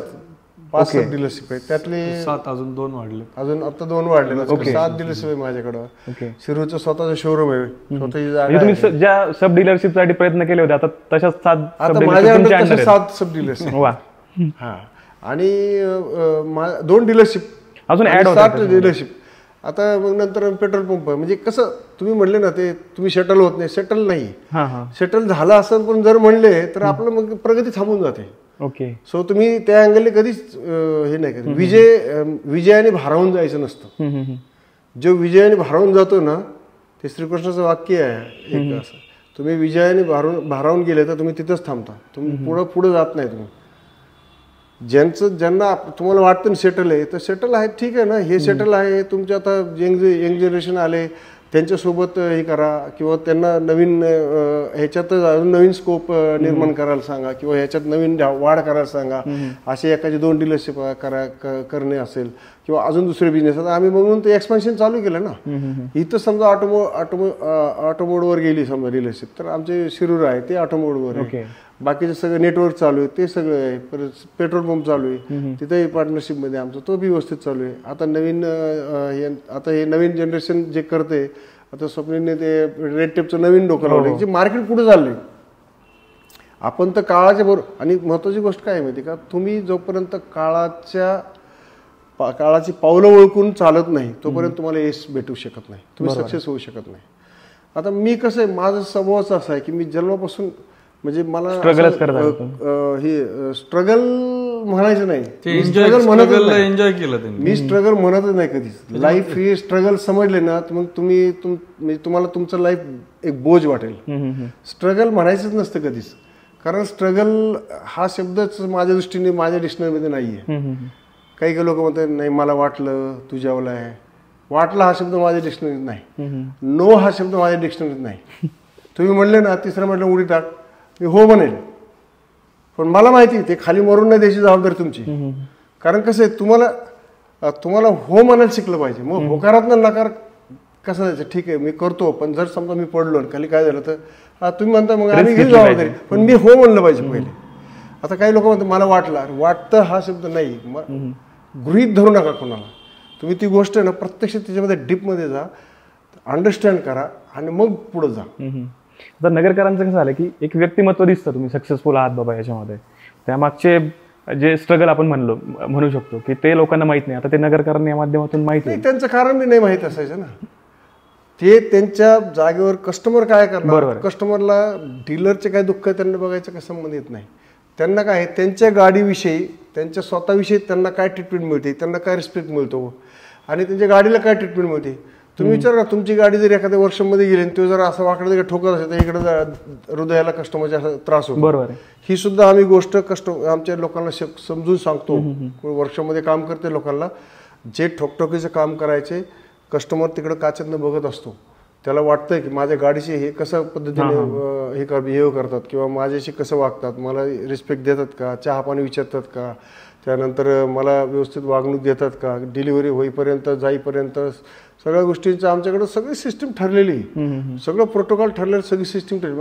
आमच्या स्टाफला त्यांना स्ट्रिक्टली इन्स्ट्रक्शन आहेत, कस्टमरची कंप्लेंट आप्पासाहेबांकडे आली नाही पाहिजे. ओके, कुठल्या प्रकारे नाही आली पाहिजे. आणि जर तुम्हाला प्रॉब्लेम वाटला काही, कुठलाही प्रॉब्लेम असू द्या, जस्ट डिस्कस विथ मी. म्हणजे तो कॉम्प्युटरचा असू द्या, मॅनेजमेंटचा असू द्या, बँकिंगचा असू द्या, अकाउंटिंगचा असू द्या, सॉफ्टवेअरचा असू द्या, कुठलाही प्रॉब्लेम. कारण मी तुम्हाला तेच सांगतो की मी काळाबरोबर आपण बदललं पाहिजे. बरोबर, we have to upgrade yourself. आपण स्वतःला अपग्रेड नाही केलं तर तुम्ही पुढे जाऊ शकत नाही. बरोबर. आता पहिल्या काळामध्ये कुणाला हे डिजिटल टेक्नॉलॉजी माहिती होती, काहीच नव्हती. कॉम्प्युटर तर आयुष्यात म्हणजे पहिल्यांदा स्वतः शिकलेत. कॉम्प्युटर पहिले काम करायचे आणि संध्याकाळी कॉम्प्युटरच्या क्लासला जायचे, एवढी जिद्द शिकण्याची. कॉम्प्युटर मी घेतल्यानंतर कॉम्प्युटर शिकलो मी. ओके. तसं जर विचारलं तर पृथ्वी शेठ कोहिनूरवाले त्यांची मंडळी आणि मी दोघं त्या ग्लोबल म्हणून टिळक रोडला होतो, आम्ही तिथं क्लासला जात होतो. त्यावेळेस ते कॅसेटवर कॉम्प्युटर चालायचं. ओके. कॅसेटची सिस्टीम असेल त्या काळात. त्यावेळेस C+ वगैरे हे शिकायला गेलो होतो. डोक्यावरून जायचं, पण मी ट्राय तर केला ना त्यावेळेस. ओके, ट्राय केला. नंतर मग कॉम्प्युटर घेतलं, मग WS सिस्टीम प्रणाली शिकलो, हळूहळू शिकलो. मी कुठेही कॉम्प्युटरचा कोर्स केलेला नाही, पण आज एक्सेल असो, इंटरनेट असो, काय पण ठीक आहे ना. मला सांगायला आनंद वाटतो की जेवढं मला कळेल तेवढं मी करतो, आणि ते मला आजच्या डेटला ॲडव्हान्स जर काय असेल ना ते मी आत्मसात करतो आणि त्याच्यासोबत चालतो. काळाच्या बरोबर चालणं हे सगळं आज काळाची गरज आहे. महत्त्वाची गोष्ट. मी स्वप्नीलला एक प्रश्न मला विचारायचा आहे. तुझं UK मध्ये शिक्षण झालं, तर तू बऱ्यापैकी पुणे मुंबईमध्ये सेटल होऊ शकत होता, जॉबही करू शकत होतास किंवा तिकडे बिझनेसही एक्सपांड करू शकत होता. तुला फॅमिली बॅकग्राऊंड पण चांगलं होतं, तेवढं तुला कॅपिटल त्या गोष्टी मिळाल्या असत्या. पण नगरच का, नगरमध्येच का तू बिझनेस एक्सपान्शन करतोय किंवा नगरमध्येच का तू थांबलायस? म्हणजे खऱ्या अर्थानं जर पाहिलं तर एक जसं मी पहिले बोललो की माझ्याकडे एक रिसोर्स आहे ज्याला मी स्केल करू शकतो आणि फास्ट स्केल करू शकतो.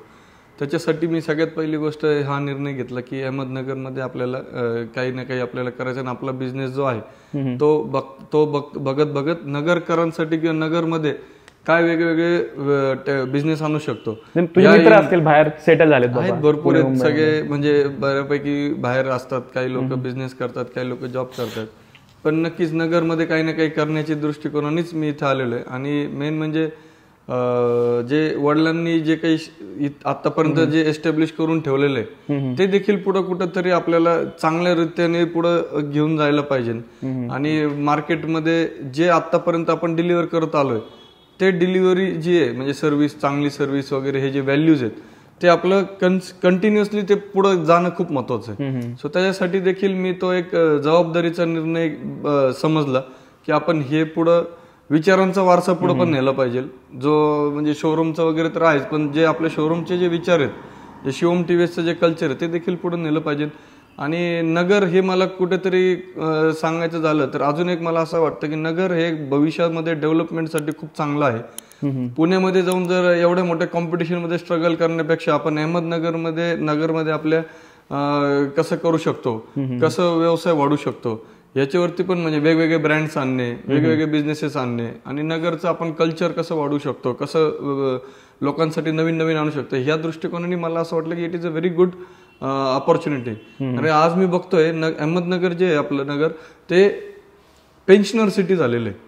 लोक रिटायरमेंट लोकांचं शहर तसं म्हणता येईल, किंवा मग इन्व्हेस्टमेंट लोक आता अहमदनगरला करणार आहेत. कारण की पुण्यामध्ये पूर्वी काय व्हायचं की मुंबईमध्ये लोक कमवायचे आणि पुण्यामध्ये इन्व्हेस्टमेंट्स करायचे.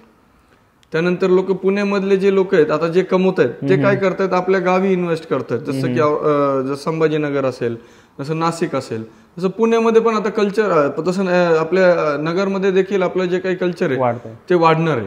आणि त्याच्यामध्ये लोक वेगवेगळ्या गोष्टींची अपेक्षा ठेवणार आहेत की मला जे पुण्यामध्ये बघायला मिळतं ते माझ्या आपल्या नगरमध्ये का नाही. तर सगळ्यांचे आता वाढणार आहे, अपेक्षा वाढणार आहे. आता म्हणजे रिसेंटलीच आम्ही जे आमचं रिसॉर्टचं रिस्पॉन्स बघतोय, म्हणजे खूप छान असा रिस्पॉन्स आम्हाला नगरकरांकडनं मिळत आहे. म्हणजे जे लोक लोणावळा महाबळेश्वरला फिरायला जाण्यासाठी आज विचार करतात, पण ते कधी कधी लोकांना ते फिजिबल होत नाही एवढं लांब जाणं. गर्दी आहे आणि एवढं लांब जाणं, किंवा कॉमन मॅनला देखील जाण्याला अवघड पडतं काही काही लोकांना. तर ते स्वप्न आपण इथं का नाही करू शकत. तशी आम्हाला साईट मिळाली.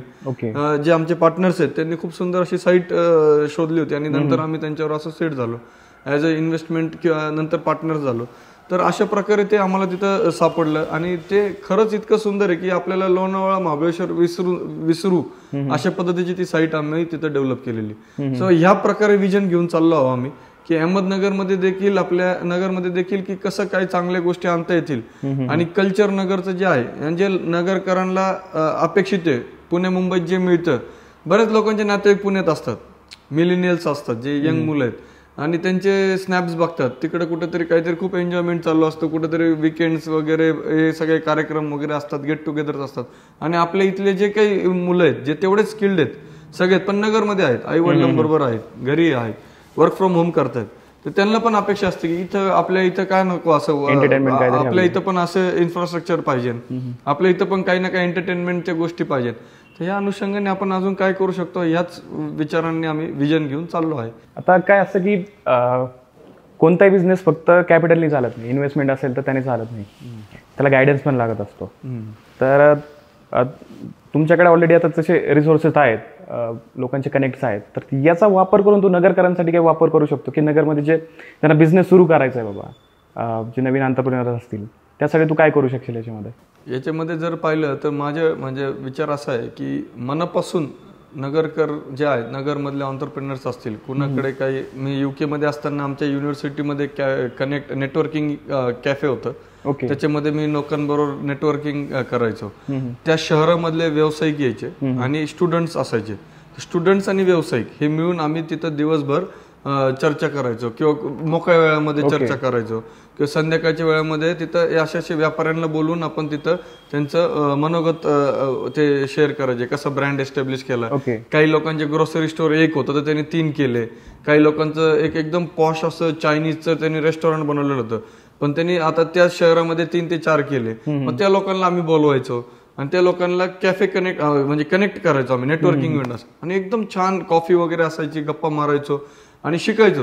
ज्याला ज्याचं नॉलेज असतं त्या पद्धतीने ते नॉलेज शेअर करायचे आणि शिकायचे. तर त्या अनुषंगाने जर पाहिलं तर अहमदनगरमध्ये, आपल्या नगरमध्ये माझा असं म्हणजे एक स्वतःचा विचार आहे की नगरमध्ये कुणालाही कुठल्याही ऑन्टरप्रेनरला कुठल्याही व्यवसाय रिलेटेड कुठं काही जर का गायडन्स पाहिजे नसेल ते मग मॅनेजमेंट रिलेटेड गायडन्स असेल किंवा इन टर्म्स ऑफ कॅपिटल असेल किंवा एनी कोणत्या गोष्टी असतील त्यामध्ये तू मदत करू शकशील. कॅपिटलचं तर करूच आम्ही, जर कुठलं काही बिझनेस आयडिया आवडली, काही जर का कुठं काही म्हणजे आपण काही सांगू शकत नाही कुठली गोष्ट काय कनेक्ट होऊ शकते, पण त्याच्या पलीकडे मी सगळ्यांना ज्याला कुणाला फ्रीमध्ये कुणाला कन्सल्टिंग पाहिजे नसेल तर मी मदत करू शकतो बिझनेस करायला, कसं व्यवसाय वाढवला पाहिजे. म्हणजे जसं साहेबांनी सांगितलं की ग्लोबली विचार ठेवून ऑटो पायलट सिस्टीम्स वगैरे आपण कसं करू शकतो, काही गोष्टी याच्यामध्ये आपण यूज करू शकतो.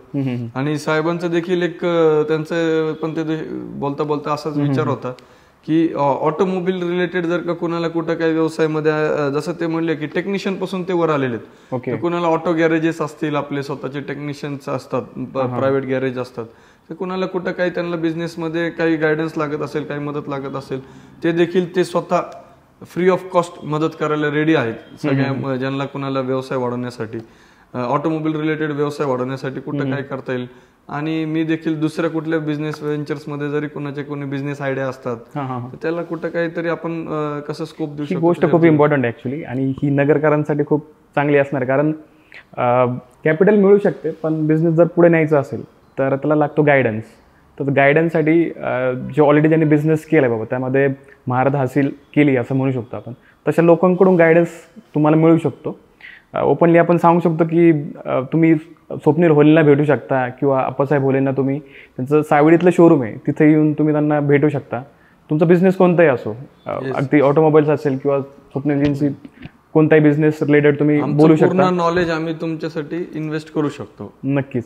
आणि नगरमध्ये आमच्याकडून शिकून गेलेले खूप लोकांनी बिझनेस टाकलेत आणि दे आर डुईंग व्हेरी वेल. ते सांगितलं होतं. ट्रेन आपल्याकडून काही स्टाफ गेलेले आहेत ते खूप मोठ्या मोठ्या पोस्टवर आहेत, काही बिझनेसमध्ये आहेत, काही खूप म्हणजे असे शेकड्याने उदाहरणं आहेत की ते त्यांचं लाईफ बनलेलं आहे. माझ्याकडे काम करून लोकांचे स्वतःचे घरं झालेले आहेत, स्वतःची गाडी झाली 4 व्हीलर, इथपर्यंत म्हणजे प्रगती आमची एकट्याची नाही पण आमच्यासोबत आम्ही त्यांची पण प्रगती करतो आणि सगळ्या फॅसिलिटीज आम्ही त्यांना जास्तीत जास्त देतो. आता काल आमचे रविवारीच त्यांना सगळे गेट टुगेदर सगळ्या लोकांची मोठी ट्रिप ऑर्गनाईज केली होती. स्टाफसाठी, कस्टमरसाठी, सगळ्यांसाठी आमचं कंटिन्यू काही ना काही ॲक्टिव्हिटीज चालू असतात. तुम्ही आता बोलता बोलले की तुम्हाला खूप सारे अवॉर्ड्स मिळालेत. बरोबर. तर असा एखादा अवॉर्ड आहे का की म्हणजे एखादा प्रेस्टिजियस अवॉर्ड तुम्हाला आतापर्यंत TVS कडून मिळाला, असं काही आहे का, तुम्ही सांगू शकाल? हो, डेफिनेटली.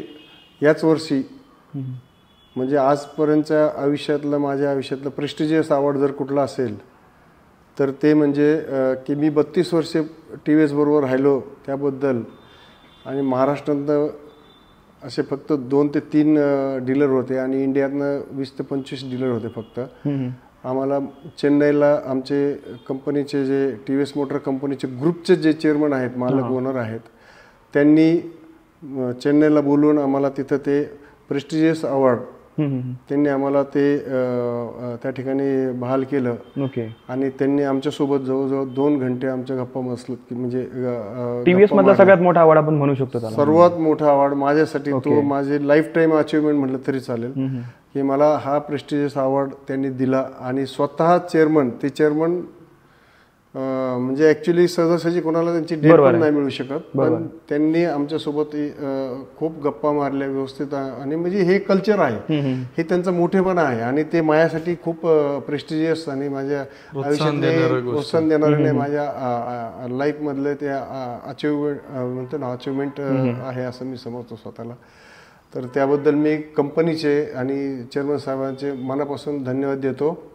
तुमचं खूप खूप मी हे सांगतो की हे करण्यासाठी मला नगरकरांची साथ मिळाली, नगरकरांचा विश्वास, माझी सेवा आणि TVSचा विश्वास, ह्या जोरावरती या ठिकाणापर्यंत टॉप म्हणजे लेवलपर्यंत पोहोचू शकलो.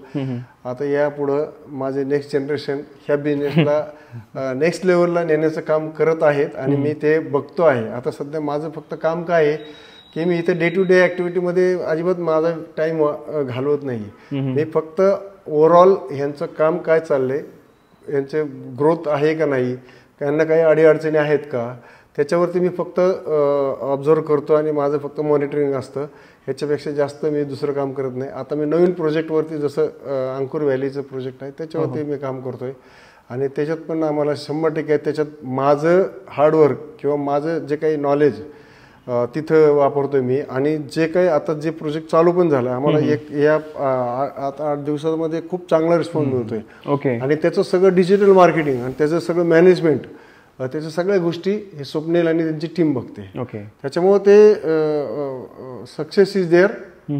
Just you have to find the opportunity आणि you have to work on that patiently आणि हार्डवर्क करून तुम्ही त्याच्यातनं पुढे गेलं पाहिजे. एवढंच मी या ठिकाणी व्यक्त करतो.